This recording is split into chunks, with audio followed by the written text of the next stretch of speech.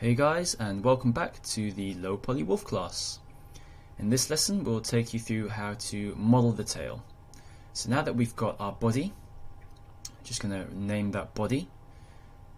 We're going to collapse that, and we're going to do the same thing again. Select loft, delete the Phong tag, and then go to the pen here, click and hold, and select end side and drag it underneath loft.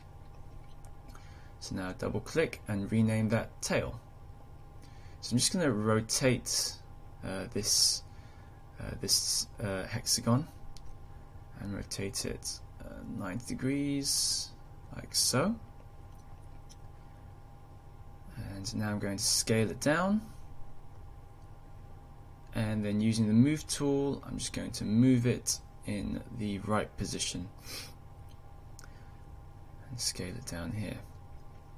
So with this tail, just looking at the reference image that I have here, the tail is sort of pointed down, and it's not quite as exciting or interesting for the model, in my opinion. So I'm just going to use that as a basic reference for the rest of the model. I'm going to try and model the tail so that it's sort of curving upwards. So again, using the same technique as before, I'm just rotating the first end side so that it sort of roughly matches the entry point there, and then I'm going to play about with the move tool so this sort of curves down a little bit first.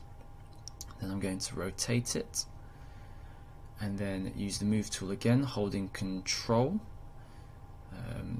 just holding control first and then clicking and dragging it up.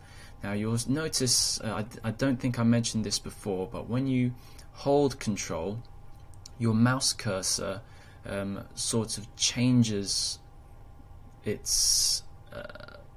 changes the way it looks. So you can see those two squares there. So that's how you know that you're about to duplicate your end side, and you're about to create another polygon there.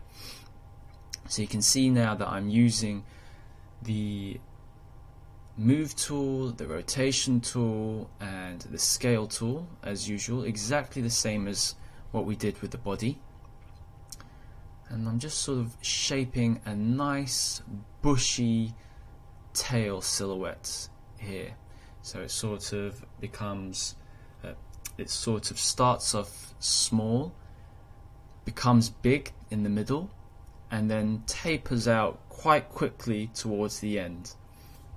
And that's, if we hop back into our perspective mode and do exactly the same as what we did before. So make sure that tail is selected, tick linear interpolation, and I'm going to put the mesh subdivisions down so that it looks right.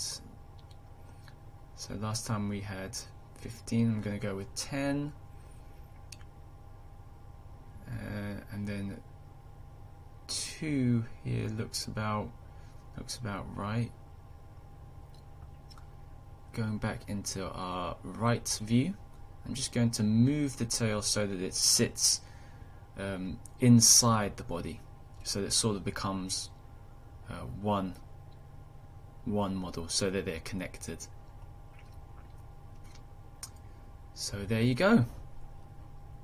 So now that we've created our low poly tail, we're going to move on to the next class, where we'll learn to model the head of the wolf. See you guys then.